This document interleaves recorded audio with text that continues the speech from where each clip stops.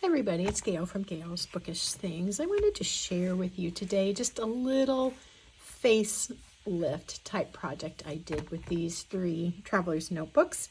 I thought this might give you some inspiration as well. I feel like sometimes what we have needs a little sprucing up, a little rearranging, and then it kind of has a bit of a new life of its own. So that being said, let me share with you what I did. This is my, excuse me, Start Bay Traveler's Notebook. This is from Devon, England, and I can't remember if it's East or West Devon. I should know, because every time I talk about it, I try to remember, and I don't remember. I like this notebook a lot. It's very smooth. It has a polished feel to it, but as I've been using it, it has developed more of a patina. You can see some little doodads in there, these little striations that were naturally occurring, and there's a few spots where I've stained it, or it's kind of got some indents from clips that have been on there. But what I did to this, to just kind of give it a little bit of a facelift, was to switch out this elastic. The original elastic that it came with was like this, much thinner.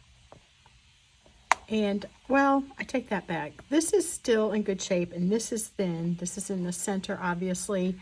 What was out here was a little bit thicker, but I still feel like it was maybe thinner than the typical traveler's notebook elastic. I may be mistaken on that, because I did, maybe I have it in here in my little trash thingy.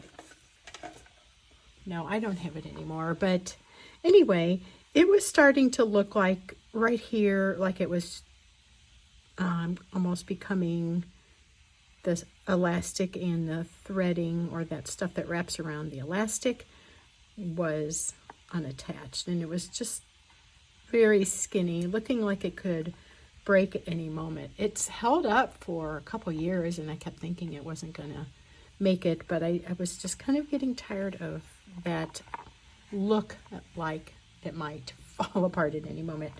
So I can't remember if I had that charm on there, but I left the charm, put on some new elastic, and it just feels a little fresher. The inside of this notebook is,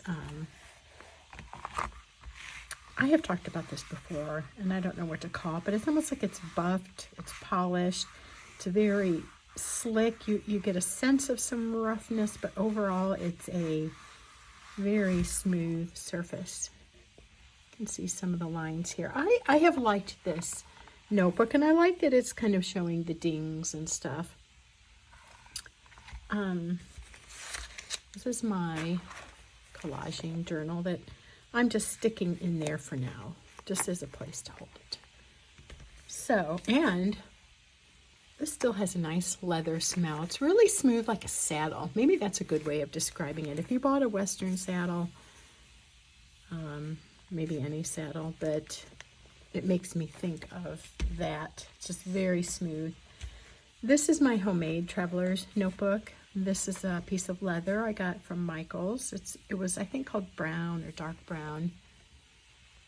This was my attempt to try to emulate the original traveler's notebook leather, which I love when I see it on Instagram or on YouTube videos, but the newer ones are fuzzy, and I'm not fond of the fuzzy. This has a little bit of that suede-like feel to it, but not as much as my actual traveler's notebook. The company one, I might have done. Yeah, I didn't do that, a facelift on that one. I was checking to see. So the little facelift on this, though, was to switch out the elastic.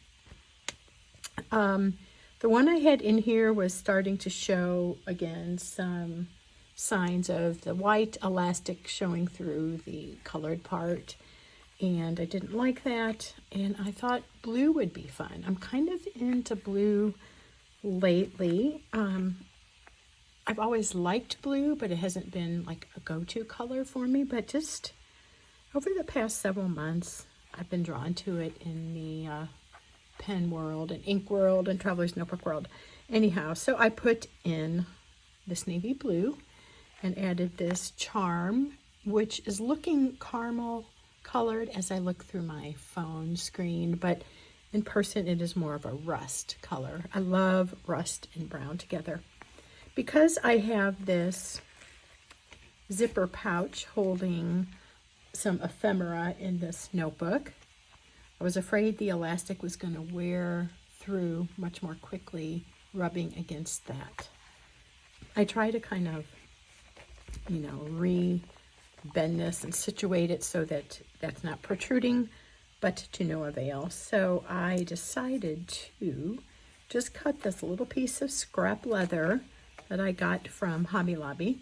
I bought a bag of scrap leather a while back. I think I talked about it. It's what I make my little mini notebooks out of sometimes. But I had this little piece, and so I just punctured holes in it and did the opposite of what you usually see, and I threaded the elastic through like this to protect the elastic. I like this notebook. It's homemade. It was cheap. It was probably less than, it might have been about $11 or $12 to make. And it's kind of funny because I'm basically pretty happy with it. I like how it's showing the dings and the scratches and the marks of this and that. That's my favorite look. I love the distressed, used, well-loved kind of look. And I like this little ribbon that I got from Faith Heirlooms because I think it picks up on the rust and the blue. And so that's that. This is my everyday notebook. This is the collage notebook for now. And this one is currently not being used. This is the Roadrunner leather with the natural front pocket. It does have a name. This has patinaed from a off-white cream to sort of a maybe almost, well, just yellowed, more, not even yellow, a deeper flesh color, maybe you could say. Like a nude leather. It's that, but it's richened in color. It's got the red stitching. I thought about putting red elastic for the closure, but I decided to put green because I love the look of green with leather. This is my coin of Queen Elizabeth II. Great fan of hers, and I don't know where I got this. This is actually from Canada, but anyway, my husband drilled holes in it for me a while back, and I use that as a little charm. And I just stuck this in here because the colors in this little ribbon matched so well with the overall notebook. So you have this like peachy, fleshy color that looks like this to me, kind of a pink maybe. And then this was once more red, is turning into a brown. The Roadrunner leather kind of patinas that way. Do love this leather. It's showing all the nicks and scrapes and have a little bit of pull-up showing through there. It's a very nice notebook. Still smells good. That wonderful leather smell. I love the natural pocket. I think they call that one-off. It's one of a kind. They're all different. There's the little mark from the clip where it was processed, but I just, I kind of like this. Gives it a little bit of a different focus, the red and green. This is a B6 Slim, by the way, and these two are standard / regular size. I forgot to get this one out. I wanted to speak about this as well. This button was on this, and I had posted it on Instagram with this button on it. This is kind of an interesting little charm. This is a shell button. This was from my grandma. Anna was her name. She immigrated to the U.S. from Germany in like 1930 1913. Yeah, 1913. Isn't that wild? Anyway, this was from her button jar, which was also my Aunt Helen's button jar. And when they were all gone, I got the buttons. And I just love the kind of decaying, corroding look. It's kind of funny that, you know, sometimes you think about why do we like that? But it just has so much character. So I actually have the backside showing. That might look pretty too, but it seems, to me, that appeals to me, and it kind of picks up on the patina of this leather. And so that really, actually I switched out this leather too. This one was also showing a lot of wear and tear and looking about ready to fall apart. It was getting kind of frayed here, so I added brown leather and switched the button to this. And I kind of like that. I think that fits the rustic look. This is called the Rustic Kodiak, by the way. This is by Speckled Fawns, and it was like called Coyote Ugly. So basically you would request the most gnarly looking leather and hope that you got a good selection of that.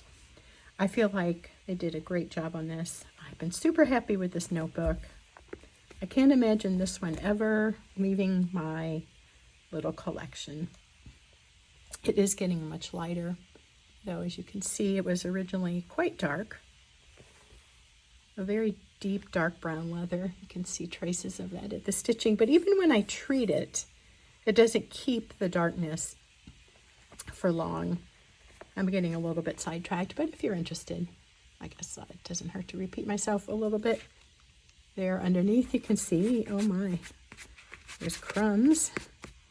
But yeah, that's like how it originally looked. Isn't that wild? But doesn't it have just a good, wonderful, used, rustic feel to it? I do love this. It was amongst my first. I put this little card in from my friend Kim. This is a book I use. It's my daily devotion book, prayer request, Bible study, scripture writing, verses I'm memorizing, and so forth are contained within here. So that's kind of beside the point. But these are the books that received a facelift, and it's kind of fun. Will that satisfy my urge to purchase any more notebook covers? That's yet to be seen, but I do like kind of mixing it up a bit and giving them a little fresh, little new life, new look. Thanks for watching. That's all for now, and we'll see you again soon. Take care.